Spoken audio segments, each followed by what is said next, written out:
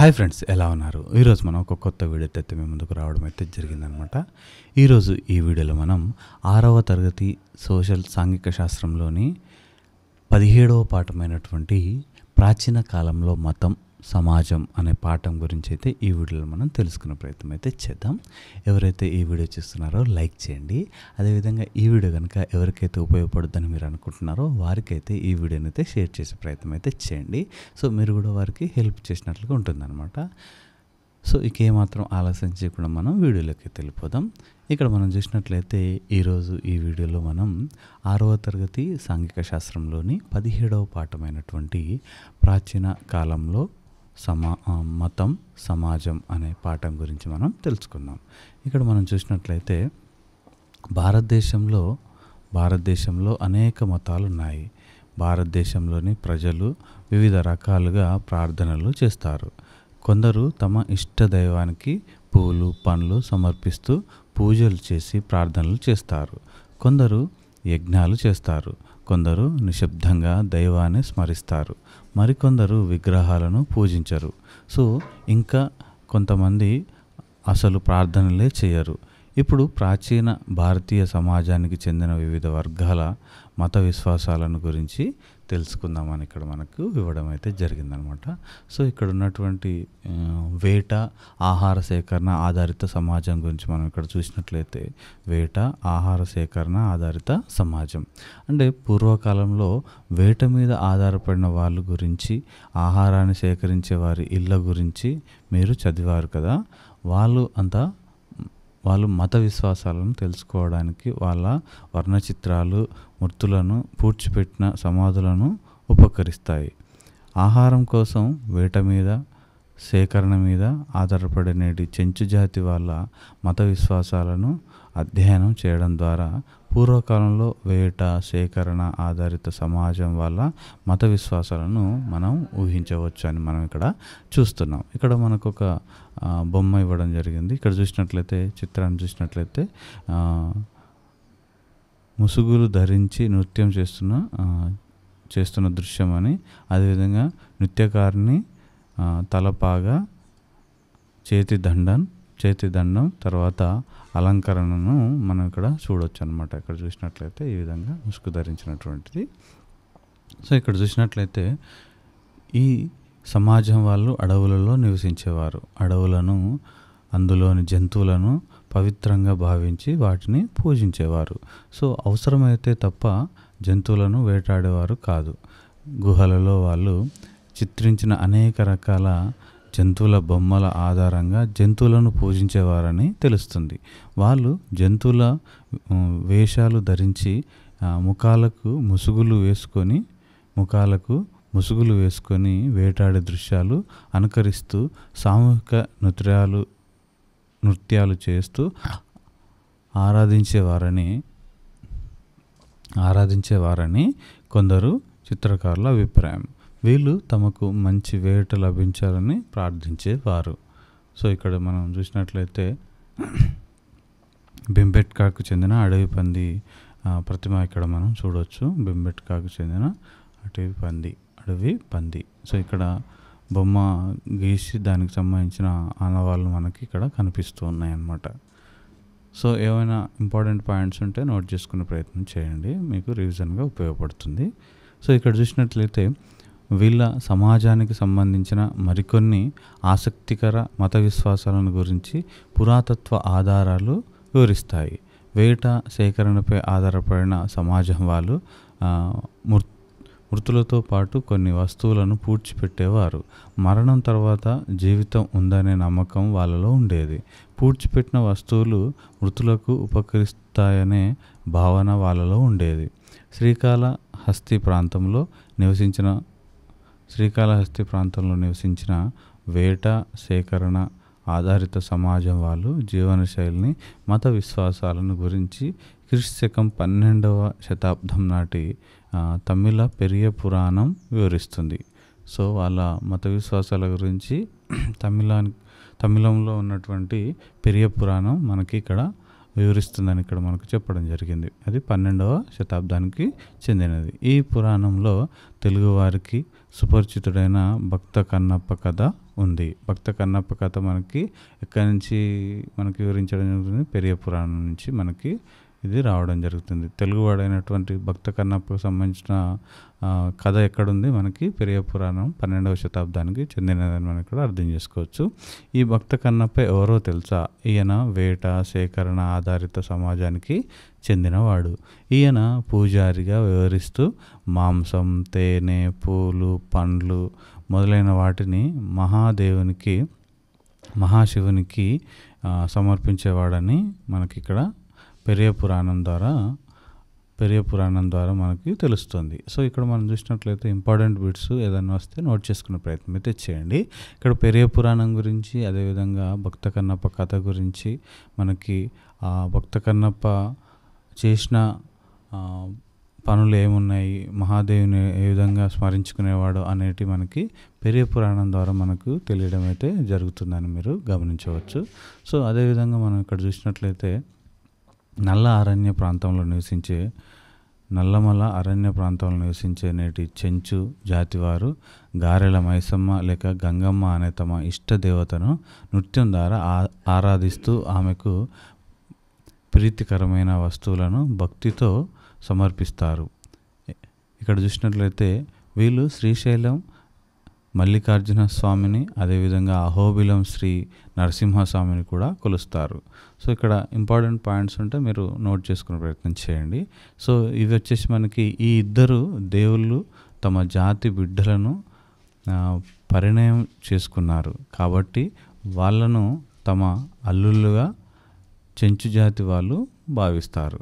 So ఇక్కడ మనం చూసినట్లయితే ఇక్కడ చూడండి, చెంచు జాతి వాళ్ళు నృత్యం చేసే చిత్రం. చెంచు జాతి వారు నృత్యం చేసే దృశ్యాన్ని మనం ఇక్కడ చూడవచ్చు.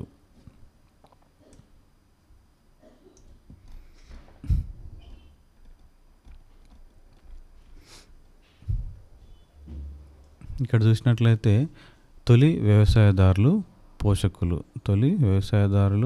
పోషకులని ఉండడం జరిగింది. అదేవిధంగా ఇక్కడ చూసినట్లయితే పురాతత్వ పరిశోధనల ఆధారంగా వీళ్ళు అమ్మ తల్లి లేదా నేల తల్లిని ఆరాధించేవారని తెలుస్తుంది. సో ఏదైనా ఇంపార్టెంట్ పాయింట్స్ వస్తే మీరు నోట్ చేసుకోండి. పశువులు అదేవిధంగా పంటలు సమృద్ధిగా విలసిల్లాలంటే అమ్మ తల్లి అనుగ్రహం ఆవశ్యకమని వీళ్ళు భావిస్తారు. అమ్మ తల్లిని చిన్న చిన్న రాతి ప్రతిమలు లేదా చెట్ల రూపాలలో పూజిస్తారు. సో ఇక్కడ మనం ఒక రాతి పలకను చూసినట్లయితే ఈ విధంగా మనం ఆ బొమ్మని మనం చూడవచ్చు. ఇక్కడ చూసినట్లయితే మెహర్గర్లోని కాల్చిన బంకమట్టితో చేసినటువంటి అమ్మ తల్లి ప్రతిమ, ఇది 5000 సంవత్సరాల క్రితం నాటిది అని ఇక్కడ మనం ఇక్కడ చూసినట్లయితే మనకి ఇవి కూడా బిట్టుగా మలిచే అవకాశాలు ఉంటాయి అన్నమాట. మెహర్గర్లోని కాల్చిన బంకమట్టితో ఉన్నటువంటి ప్రతిమ ఏ ప్రతిమ, అలాంటి అవి ఎన్ని సంవత్సరాల క్రితం ఇవి, లేకపోతే అమ్మ తల్లి విగ్రహం ఎక్కడ ఏ నగరంలో మనకి బయటపడడం జరిగింది అని ఇలాంటి క్వశ్చన్లు మనల్ని అడగడం అనేది జరుగుతుంది అనమాట. ఒకసారి చూసుకోండి. అదేవిధంగా ఇక్కడ చూసినట్లయితే దక్కన్ ప్రాంతంలో కనుగొన్న బూడిద దిబ్బల వల్ల పూర్వకాలంలోని పశుపోషకులు మంటలను వెలిగించి కొన్ని ఆచారాలను నిర్వహించేవారని అవగతం అవుతుంది. ఇటువంటి ఆచారాలే నేటి హోలీ, దీపావళి, సంక్రాంతి పండుగ రోజుల్లో మనం చేస్తున్నాం కదా అని మనకి ఇక్కడ ఇవ్వడం జరిగిందనమాట. సో ఇక్కడ మనం చూసినట్లయితే రాళ్ళ మీద చెక్కిన జంతువుల బొమ్మలు, రాళ్ళ మీద చెక్కినటువంటి జంతువుల బొమ్మలు, ఇవి 4000 సంవత్సరాల క్రితం నాటి చిత్రపటం అని చెప్పడం జరిగింది. ఇది మస్కీ అంట. సో ఇక్కడ చూడండి బొమ్మలు గీయడం జరిగింది. సో ఇక్కడ చూసినట్లయితే భారతదేశంలో ప్రస్తుతం నివసిస్తున్న పశు పోషకులను వివిధ పేర్లతో పిలుస్తారు. మహారాష్ట్రలో దంగర్, కర్ణాటకలో కురుబ, తెలంగాణ మరియు ఆంధ్రప్రదేశ్లో కురుమ, గొల్ల, యాదవ కులాల వాళ్ళు పశుపోషణ సమాజానికి చెందినవారు. సో ఇక్కడ మహారాష్ట్రలో వాళ్ళని ఏమని పిలుస్తారు, కర్ణాటకలో ఏమని పిలుస్తారో కూడా మీరు గుర్తుపెట్టుకోవాల్సి ఉంటుందన్నమాట. ఇక్కడ చూసినట్లయితే మహారాష్ట్రలో ఏమని పిలుస్తారు, దంగర్ అని, కర్ణాటకలో ఏమని పిలుస్తారు, కురుబా అని, తెలంగాణ మరియు ఆంధ్రప్రదేశ్లో ఏమని పిలుస్తారు, కురుమ, గొల్ల, యాదవ అని ఇక్కడ పిలవడం జరుగుతుందన్నమాట. సో అవి కూడా మనకి ఇంపార్టెంట్గా మనం పరిగణించాల్సి ఉంటుంది. వీరు మల్లన్న బీరప్పలను కొలుస్తారు. వీళ్ళు ఎవరిని కొలుస్తారు వీరు ఎవరిని కొలుస్తారు, మల్లన్న బీరప్పలను కొలుస్తారు. అలాగే ఇక్కడ చూసినట్లయితే కర్ణాటక, తెలంగాణ, ఆంధ్రప్రదేశ్లలోని వారు రేణుకామాత, ఎల్లమ్మ, మైసమ్మ, పోచమ్మ మొదలైన పేర్లతో ఉన్నటువంటి స్త్రీ దేవతలను పూజిస్తారు. సో ఆంధ్రప్రదేశ్ కానీ తెలంగాణ కానీ ఇక్కడ కర్ణాటక కానీ చూసినట్లయితే రేణుకామాత, ఎల్లమ్మ, మైసమ్మ, పోచమ్మ మొదలైన పేర్లతో స్త్రీ దేవతలను పూజించడం అయితే జరుగుతుందని ఇక్కడ ఇవ్వడం జరిగింది. తొలి వ్యవసాయదారులు, పశుపోషకులు ఇంచుమించు ఒకే ఆరాధన పద్ధతులను అవలంబించారు. వీళ్ళు గ్రామంలోని ఒక ప్రదేశంలో చిన్న ఆలయాన్ని నిర్మించి అందులో దేవతను ప్రతిష్ఠించి పూజలు చేస్తారు. ప్రత్యేకంగా పండుగ రోజుల్లో పొట్టేలు, కోడిపుంజు మొదలైన వాటిని బలి ఇచ్చి వాటి మాంసాన్ని వండిన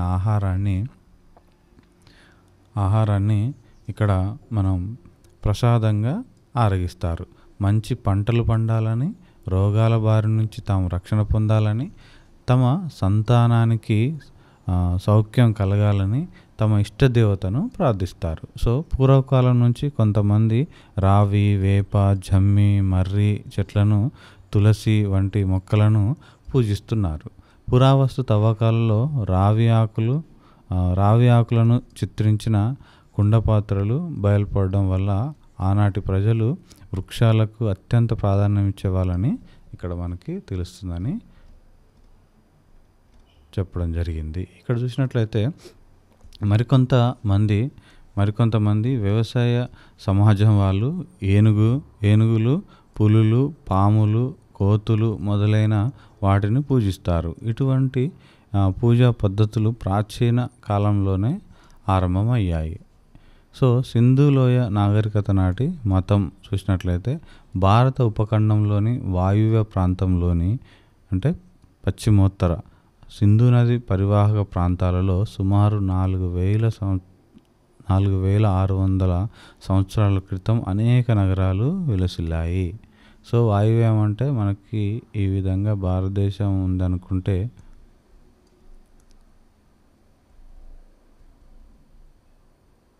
సో ఈ విధంగా ఉంటే ఇది మనకి వాయువ్యం కావడం జరుగుతుందన్నమాట. సో ఇక్కడ ఇవి 900 ఏండ్లు వర్ధిల్లి ఆ తర్వాత పతనం చెందాయి. సో 900 ఏళ్ళు వర్ధిల్లి ఇవి పతనం చెందాయంట. దీన్ని హరప్ప సంస్కృతి అని కూడా అంటారు. హరప్ప పురావస్తు తవ్వకాల్లో మొదట బయలుపడిన ప్రాంతం. సో అక్కడ మనకి మొదటగా తవ్వకాల్లో బయటపడింది ఏంటి, హరప్ప అనే ప్రాంతం. సో ఈ నగరాలలో రకరకాలైన పనివాళ్ళు, కుమ్మరి వాళ్ళు, వడ్రంగి వాళ్ళు, రాతి మలిచేవాళ్ళు, శిల్పులు, స్వర్ణకారులు, చేనేత పనివాళ్ళు మొదలైన వాళ్ళు ఉంటారు. వర్తకులు, పరిపాలకులు, అధికారగణం మొదలైన వాళ్ళు నివసించేవాళ్ళు. ఇక్కడి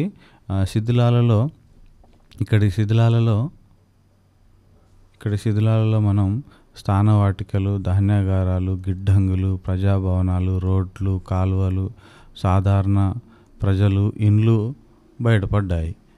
అయితే ఇక్కడ పెద్ద దేవాలయం ఒక్కటి కూడా బయటపడలేదు. అమ్మతల్లి విగ్రహాలు చాలా కనిపించాయి. వీళ్ళు చాలా రకాల చెట్లను, ముఖ్యంగా రావి చెట్టును పవిత్రంగా భావించేవాళ్ళు. కొన్ని జంతువులను కూడా వీళ్ళు ఆరాధించేవాళ్ళు. పురుష దేవత చిత్రం లభ్యమైంది అని ఇక్కడ ఇవ్వడం జరిగింది. సో ఇక్కడ చూసినట్లయితే ఇది వచ్చేసి మనకి హరప్పా కాలం నాటి పురుష దేవత చిత్రం అన్నమాట. సో ఇక్కడ చూసినట్లయితే హరప్పా కాలం నాటి పురుష దేవత చిత్రం. సో చుట్టూ కూడా మనకి ఇక్కడ పశువులు కనిపించడం జరుగుతుంది అన్నమాట. సో ఇది వచ్చేసి హరప్పా కాలం నాటి అమ్మ తల్లి విగ్రహం. హరప్పా కాలం నాటి అమ్మ తల్లి విగ్రహం. ఇది హరప్ప కాలం నాటి అమ్మ తల్లి విగ్రహం.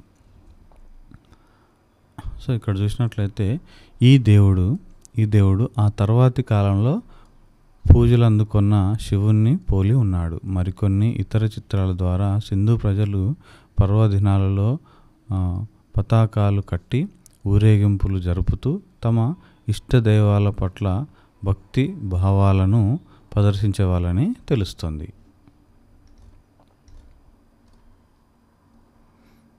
ఇక్కడ చూసినట్లయితే వేదకాలంలో మతం. వేదాలు భారత ఉపఖండంలోని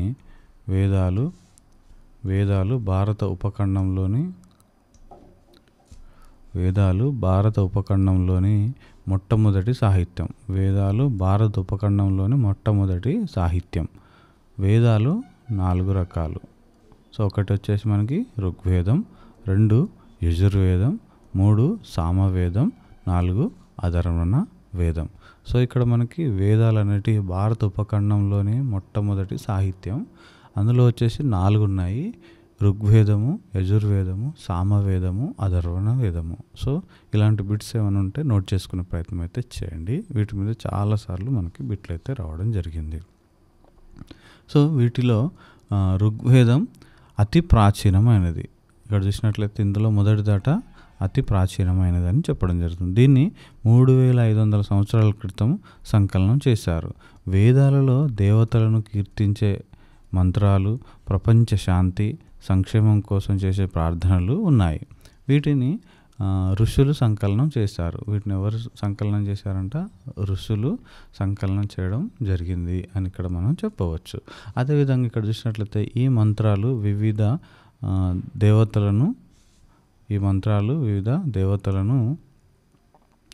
దేవతలను కీర్తిస్తాయి. సో వీరిలో 3 దేవుళ్ళు చాలా ముఖ్యమైన వాళ్ళు 1 అగ్ని, 2 ఇంద్రుడిని మనం యుద్ధ దేవత అని అనవచ్చు. అదేవిధంగా 3 సోమలత, ఒక ప్రత్యేక పానీయం చేయడానికి వాడే తీగ మొక్క అని మనం సోమలతని అనవచ్చు. ఇక్కడ మనకి ముఖ్యమైన వాళ్ళు ఇక్కడ మనకి అగ్ని, ఇంద్రుడు, అదేవిధంగా సోమలత. సో ఇవి కూడా మనకి చాలాసార్లు బిట్లుగా రావడం జరిగింది. ఒకసారి గమనించండి. అదేవిధంగా ప్రతి పదాన్ని, వాక్యాన్ని సరైన స్వరంతో ఎలా జాగ్రత్తగా ఉచ్చరించాలో, వల్లె వేయించాలో గురువులు విద్యార్థులకు బోధించే వాళ్ళు.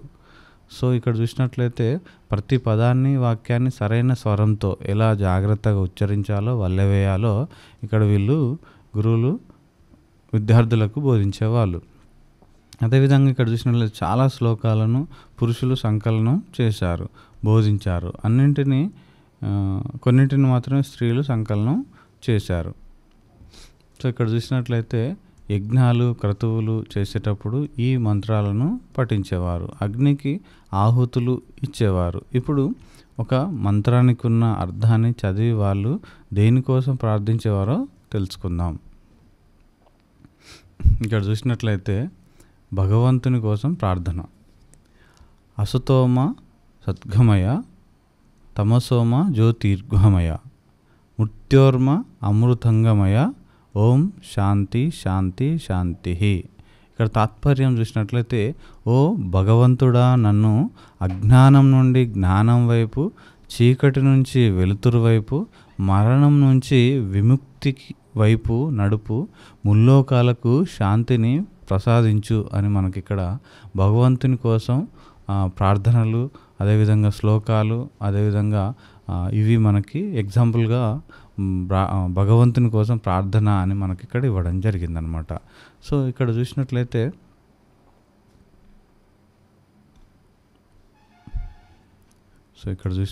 మనకు బాక్స్లో ఉన్నటువంటి బిట్ ఒకసారి చూద్దాము. ఇక్కడ విశ్వామిత్రుడు,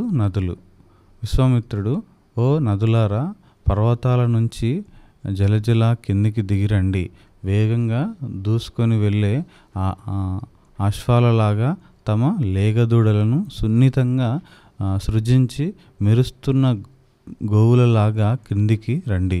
మీరు ఇంద్రుని శక్తి వల్ల రథాలలాగా సముద్రం వైపు దూసుకొని వెళ్తున్నారు. మీలో నిండుగా నీరుంది. మీరు సముద్రంతో సంగమం చెందడానికి ఉవ్విళ్ళూరుతున్నారు. సో ఇక్కడ నదులు ఏం చెప్తున్నాయంటే, నదులు మనకి నిండుగా నీటితో నిండిన మేము దేవతల మార్గాలలో పయనిస్తాం. ఒకసారి మేము ప్రవహించడం ప్రారంభిస్తే ఇక ఆగం. ఓ మునీశ్వర, నీకెందుకు మమ్మల్ని ప్రార్థిస్తున్నావు? విశ్వామిత్రుడు చూసినట్లయితే, ఓ సోదరీమణులారా, ఓ సోదరీమణులారా, దయ ఉంచి నా మాట వినండి. ఈ గాయకుడు చాలా దూరం నుంచి రథాలు బండ్లతో వచ్చాడు. మీలోని జలాన్ని మా పాదాల కంటే ఎత్తుగా ప్రవహించనీయండి. సురక్షితంగా మమ్మల్ని దాటనివ్వండి. అదేవిధంగా నదులు, మేము నీ ప్రార్థనలు వింటాం, నిన్ను సురక్షితంగా సాగిపోనిస్తాం అని మనకొక బాక్స్ ఐటమ్ ఇవ్వడం జరిగింది. సో ఇక్కడ చూసినట్లయితే ఋగ్వేదంలో పశువుల కోసం, సంతానం కోసం, అశ్వాల కోసం చాలా ప్రార్థనలు ఉన్నాయి. సో వేదాలను అధ్యయనం చేసిన చిత్రకారుల అభిప్రాయంలో వేదకాలం నాటి ప్రజలు ఆవులను, అశ్వాలు మొదలైన వాటిని పెంచేవారని తెలుస్తుంది. భారతదేశ వాయవ్య భాగంలోని హిందూకుష్ పర్వత శ్రేణులకు యమునా నదికి మధ్య భాగంలో వీళ్ళు నివసించేవారు. ఇక్కడ చూసినట్లయితే వేదకాలపు ప్రజలు చిన్న చిన్న జన సముదాయాలుగా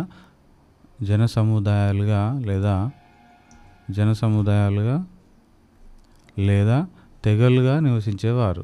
వీరికి ఒక నాయకుడు ఉండేవాడు. వాళ్ళ తెగలలో పురోహితులుగా బ్రాహ్మణులు ఉండేవారు. వాళ్ళు యజ్ఞాలను చేయించేవారు, మంత్రాలను చదివేవారు. తెగ ప్రజలు, తెగ నాయకుడు వీరికి దక్షిణలు ఇచ్చేవాళ్ళు. ఈ తెగల మధ్య తరచుగా గోవుల కోసం, నీటి కోసం, పచ్చిక బయళ్ళ కోసం పోరాటాలు జరిగేవి. గుర్రాలను రథాలకు కట్టి యుద్ధాలలో ఉపయోగించేవారు. కొన్ని వందల సంవత్సరాల తర్వాత ఈ తెగలు గంగా, యమున వంటి నదుల ఒడ్డునున్న గ్రామాలలో స్థిరపడి వరి, గోధుమ వంటి పంటలు పండించారు. ఈ కాలంలో జనపదాలు ఏర్పడి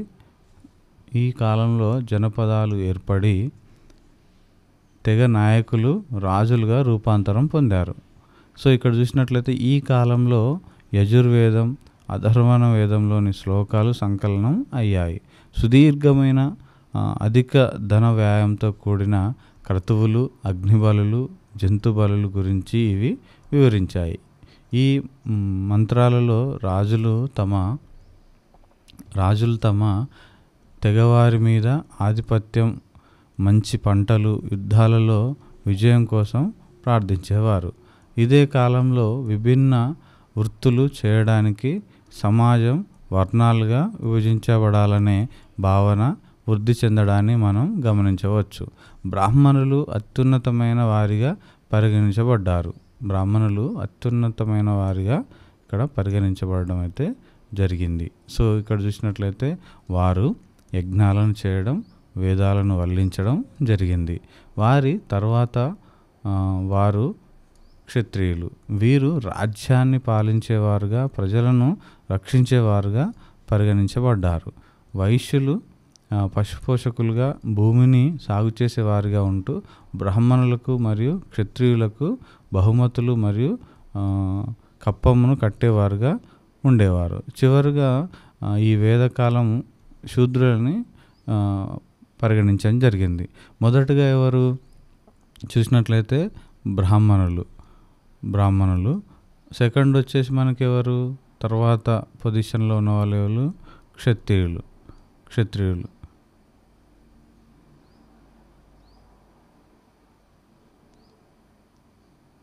సో క్షత్రియులు తర్వాత వాళ్ళు ఎవరు, ఇక్కడ క్షత్రియుల తర్వాత వైశ్యులు, తర్వాత శూద్రులని చూపడం జరిగిందనమాట.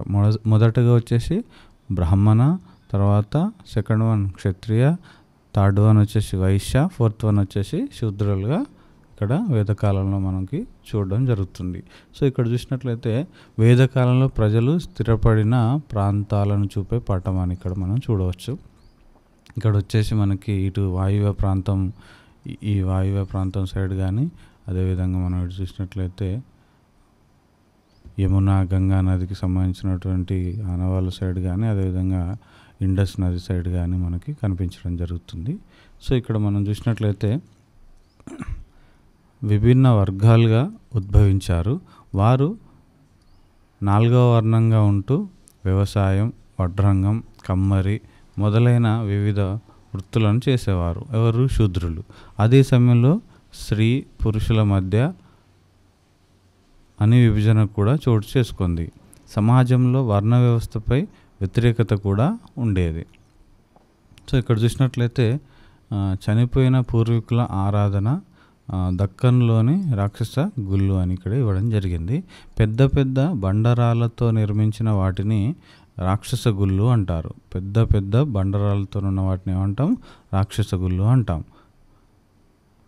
వీటిని ప్రజలు ఒక క్రమ పద్ధతిలో పేర్చి సమాధులను నిర్మించేవారు.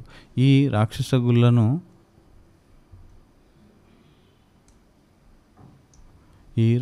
గుళ్ళను నిర్మించే పద్ధతి సుమారు 3000 సంవత్సరాల క్రితం ప్రారంభమైంది.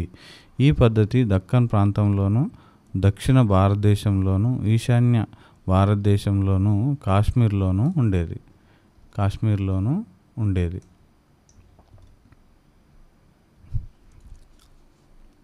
ఈ రాక్షస గుళ్ళలో కొన్నిటిని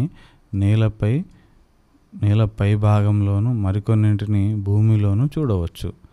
ఇక్కడ వృత్తాకారంలో ఉన్న కొన్ని బండరాలు లేదా నిటారుగా నిలబడి ఉన్న ఒకే బండరాయిని కూడా పురాతత్వ శాస్త్రవేత్తలు కనుగొన్నారు. వీటి కింది భాగంలో సమాధి ఉండడానికి ఈ రాయి సూచన. ఈ రాక్షస గుళ్ళలో కొన్నింటిలో ఒకటి కంటే ఎక్కువ అస్థిపంజరాలు బయలుపడ్డాయి. దీనిని బట్టి ఒక కుటుంబం వారిని ఒకే చోట పూడ్చిపెట్టేవారని కూడా మనకి ఇక్కడ తెలవడం అయితే జరుగుతుంది. ఇక్కడ చూసినట్లయితే ఈ సమాధులన్నింటిలోనూ ఒకే రకమైన లక్షణాలు గోచరిస్తాయి. సాధారణంగా మృతులతో పాటు నలుపు, ఎరుపు రంగులు కలిగిన కుండలను పూడ్చిపెట్టేవారు. వీటితో పాటు పనిముట్లు, ఇనుముతో తయారు చేసిన ఆయుధ పరికరాలు, గుర్రాల అస్థిపంజరాలు, గుర్రాలకు సంబంధించిన పరికరాలు, రాళ్లతో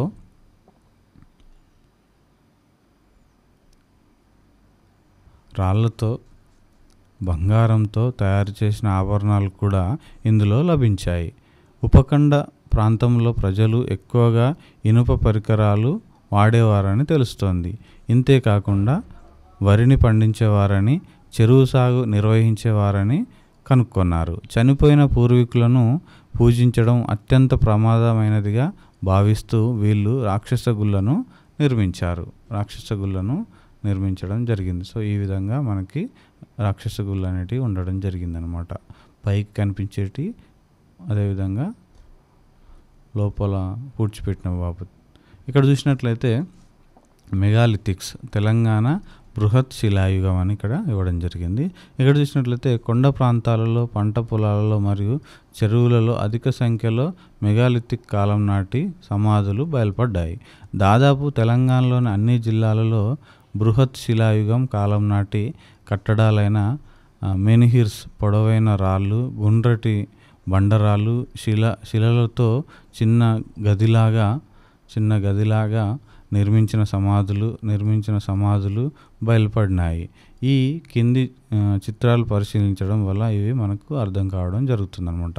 సో ఇక్కడ చూసినట్లయితే ఈ మెగాలిథిక్ సమాధులలో నలుపు, ఎరుపు రంగులతో కూడిన అనేక రకాలైన పెద్ద కుండలు, వాటితో పాటు నల్లటి నునువైన ఇనుప వస్తువులు బయలుపడ్డాయి. చనిపోయిన వారి అవశేషాలు ఉంచిన రాతి పెట్టెలు లేదా మట్టి పెట్టెలు సర్కోఫగి పవిత్ర భస్మాన్ని పెట్టిన కుండలు కొన్ని ఇక్కడ మనం సమాధులలో చూడవచ్చు అని మనకి ఇక్కడ ఇవ్వడం జరిగిందనమాట.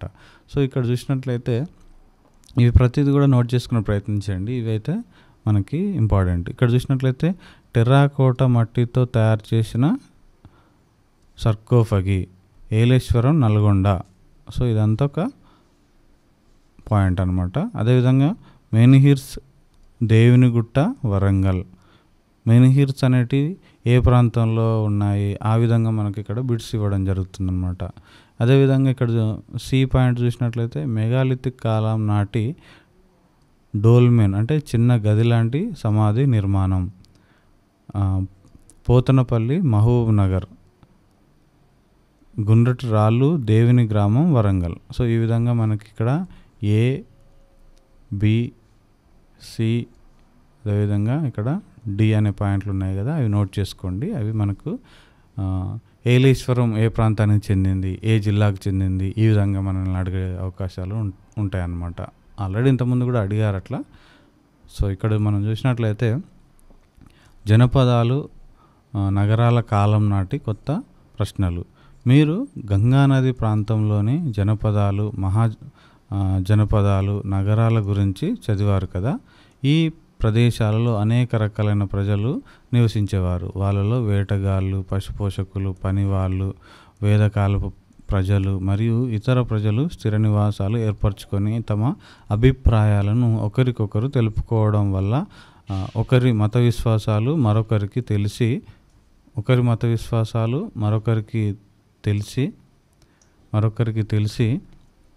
వాటిని ఆచరించారు. ఈ విధంగా ఒక మిశ్రమ సంస్కృతికి నాంది ఏర్పడడం అయితే జరిగిందనమాట ఆ రోజులలో. అదేవిధంగా ఇక్కడ చూసినట్లయితే ప్రజలు వేద కర్మలు చేయడం, అగ్ని కార్యం చేయడం, సూర్యుడు, నదులు, అమ్మ తల్లి, కోతి, ఏనుగు, సర్పాలు, చెట్లు వంటి వాటిని పూజించడం ప్రారంభించాడు. చనిపోయిన తమ పూర్వీకులను కూడా వీళ్ళు పూజించనారంభించారు. మనుషులు చనిపోయిన తర్వాత కూడా ఆత్మలు బతికి ఉంటాయని వాళ్ళ నమ్మకం. అయితే ప్రజలు కేవలం మత కర్మలను ఆచరించడంతోనే సంతృప్తి చెందక కొత్త ప్రశ్నలను లేవనెత్తారు. ప్రశ్నలకు సమాధానాలు అన్వేషించడానికి బయలుదేరారు. ఈ అన్వేషణలో పాల్గొన్న వాళ్ళ గురించి తెలుసుకుంటున్నారా, ఇక్కడ మనం తెలుసుకుంటారా అని మనకి అక్కడ ఆపడం జరిగింది. ఇక్కడ చూసినట్లయితే మరణం తర్వాత ఏం జరుగుతుంది. సో ఇక్కడ మనకి కన్క్లూజన్ ఇస్తారనమాట. చూద్దాం ఒకసారి. బాగా ప్రాచుర్యం పొందిన ఒక బాలుని కథ ఉంది. ఈ బాలుడు ఎవరో తెలుసా? నచికేతుడు. ఇతని కథ మీరు బహుశా వినే ఉంటారు. ఒకసారి నచికేతుని మనసులో ఒక ప్రశ్న ఉదయించింది. మరణం తర్వాత ఏం జరుగుతుంది? మరణం దేవత యముడు కాబట్టి యముడే ఈ ప్రశ్నకు చక్కగా సమాధానం చెప్పగలడని తలిచి వెంటనే యముని దగ్గరకు వెళ్ళాడు. మరణం తర్వాత ఏం జరుగుతుంది అంటే మరణ దేవత యముడు కాబట్టి యముని దగ్గరికే పోయి అడుగుదాము అని వెళ్ళడం జరిగింది. తన జ్ఞాన సాధనలో నచికేతునికి యముడంటే కూడా భయం కలగలేదు. నేరుగా యముని దగ్గరకు వెళ్ళి మరణం తర్వాత ఏమి సంభవిస్తుందని ప్రశ్నించాడు. మరణం తర్వాత ఏమి సంభవిస్తుంది అని ప్రశ్నించడం అయితే జరిగిందనమాట. సో ఇక్కడ చూసినట్లయితే యముడు ఈ క్లిష్టమైన ప్రశ్నకు సమాధానాన్ని దాటవేయడానికి ప్రయత్నించాడు. ఈ ప్రశ్నను ఉపసంహరించుకుంటే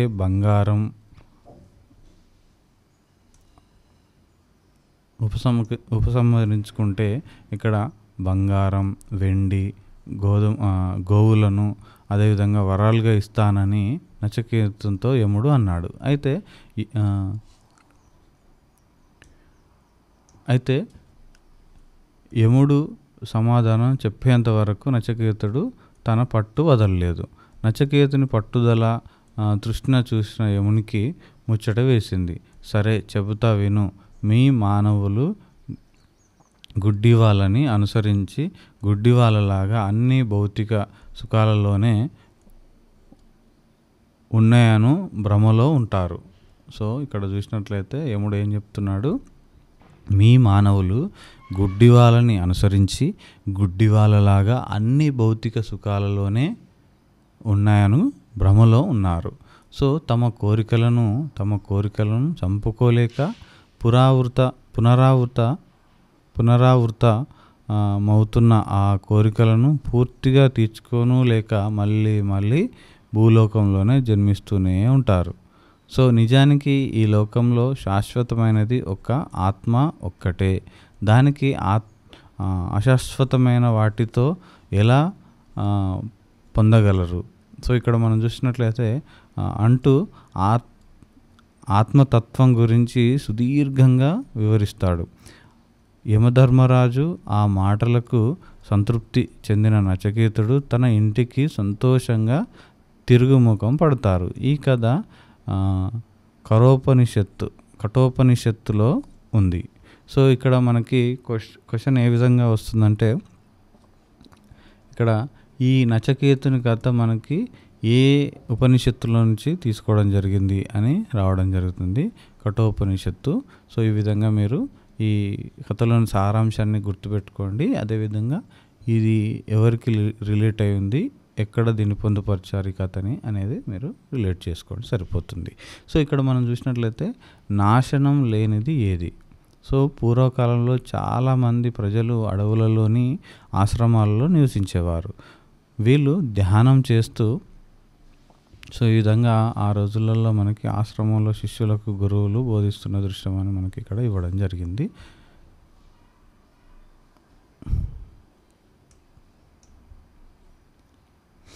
ఇక్కడ మనం చూసినట్లయితే ప్రశ్నలకు సమాధానాలను అన్వేషించేవారు, సందర్శకులతో వాద సంవాదాలు జరిపేవారు, చర్చించేవారు, భావాలను పంచుకునేవారు.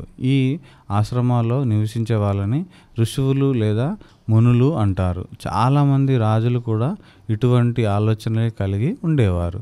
ఋషువులు రాజుల ఆలోచనలు, అభిప్రాయాలను ఉపనిషత్తులు అనే గ్రంథాల ద్వారా చదవవచ్చు. సో ఇక్కడ వల్కుడు, ఉద్దాలక, అరుణి చాలా ప్రసిద్ధి చెందిన ఋషువులు. సో ఇక్కడ చూసినట్లయితే ఈ ఋషువులు వినాశనం లేని, చావు లేని, దుఃఖం లేని విషయాలను గురించి అన్వేషించారు. నాశనం లేని దానికి ఆత్మ లేక బ్రహ్మము అని పేరు పెట్టారు. నాశనం లేని దానికి ఏం పేరు పెట్టారు? ఆత్మ లేక బ్రహ్మము. అంటే ఆత్మను లేదా బ్రహ్మము తెలుసుకోవాలంటే అమరతత్వాన్ని పొందగలమని వారు తలచారు. అంటే ఇక్కడ ఆత్మ లేక బ్రహ్మము అని పేరు పెట్టారు కదా, ఆత్మని లేదా బ్రహ్మము తెలుసుకోవాలంటే అమరత్వాన్ని పొందగలమని వారు తలిచారు. సో ఇక్కడ మనం చూసినట్లయితే ఆత్మను అర్థం చేసుకోవడానికి తపస్సు చేయాలని వాళ్ళు బోధించారు. ఆత్మని అర్థం చేసుకోవాలంటే తపస్సు ద్వారానే అది సాధ్యమవుతుందని వాళ్ళు బోధించడం జరిగింది. సో ఇక్కడ చూసినట్లయితే పరివ్రాజకులు, సత్యాన్వేషకులకు స్థిర నివాసం ఉండదు. వీళ్ళు అన్వేషణలో ఇంటిని వదిలి ఒక గ్రామం నుంచి మరొక గ్రామానికి, ఒక అరణ్యం నుంచి మరొక అరణ్యానికి తిరుగుతూ ఉంటారు. అందుకే వీరిని పరివ్రాజకులు అంటారు. వీరిని భిక్షువులు, తిరిగే వాళ్ళని కూడా అంటారు. ఇటువంటి పరివ్రాజకులలో వర్ధమాన మహావీరుడు, అదేవిధంగా గౌతమి బుద్ధుడు, మక్కిలి గోశాల, అజిత, కేశ, కంబలి చాలా గొప్పవారు. సో ఇక్కడ మనం చూసినట్లయితే పుట్టుక, చావు అనే చక్రబంధం నుంచి విమోచనం ఎలా అని ఇక్కడ వర్ధమాన మహావీరుడు కోరుకోవడం జరిగింది. ఇక్కడ చూసినట్లయితే వర్ధమాన మహావీరుడు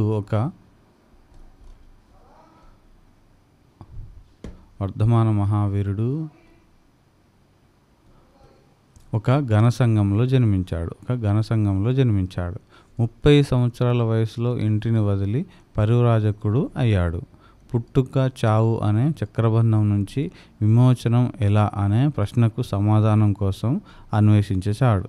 సో ఇక్కడ చూసినట్లయితే 12.5 సంవత్సరాల ధ్యానం, తపస్సు ఫలితంగా మహావీరునికి ఇక్కడ మనం చూసినట్లయితే మహావీరునికి తన ప్రశ్నకు సమాధానం దొరికింది.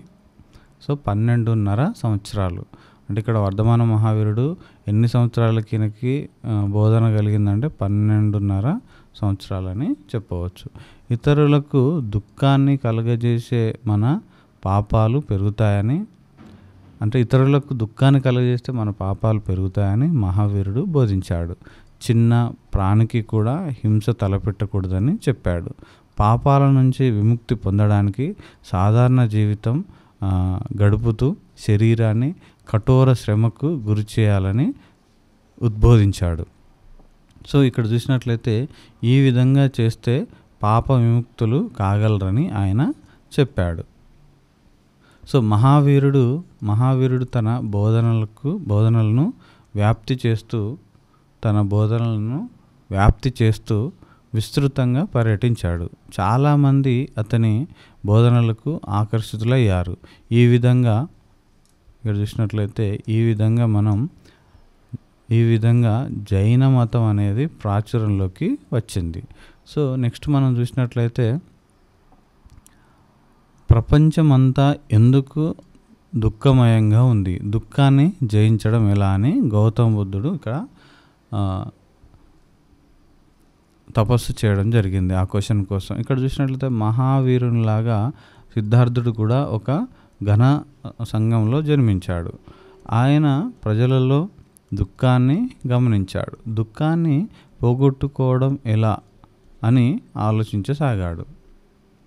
సో ఇక్కడ చూసినట్లయితే ఒకరోజు ఇంటిని, భార్యను, కొడుకును వదిలి తన ప్రశ్నకు సమాధానాన్ని వెతుక్కుంటూ పరివ్రాజకుడిగా మారి బయలుదేరాడు.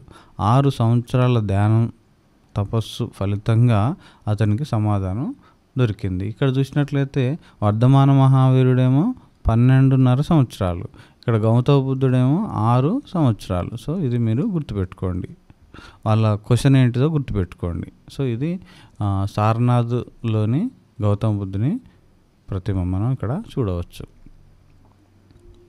సో ఇక్కడ చూసినట్లయితే గౌతమ బుద్ధుని అభిప్రాయం ఏమిటంటే దుఃఖానికి కారణం కోరికలను అదుపులో ఉంచితే దుఃఖం నుంచి విముక్తి లభిస్తుంది అని మనకి ఇక్కడ గౌతమ బుద్ధుడు చెప్పాడు. కోరికలను అదుపులో ఉంచడానికి నియమితమైన సమతులిత జీవితాన్ని గడపాలని ఎవరిని బాధించకూడదని బోధించాడు.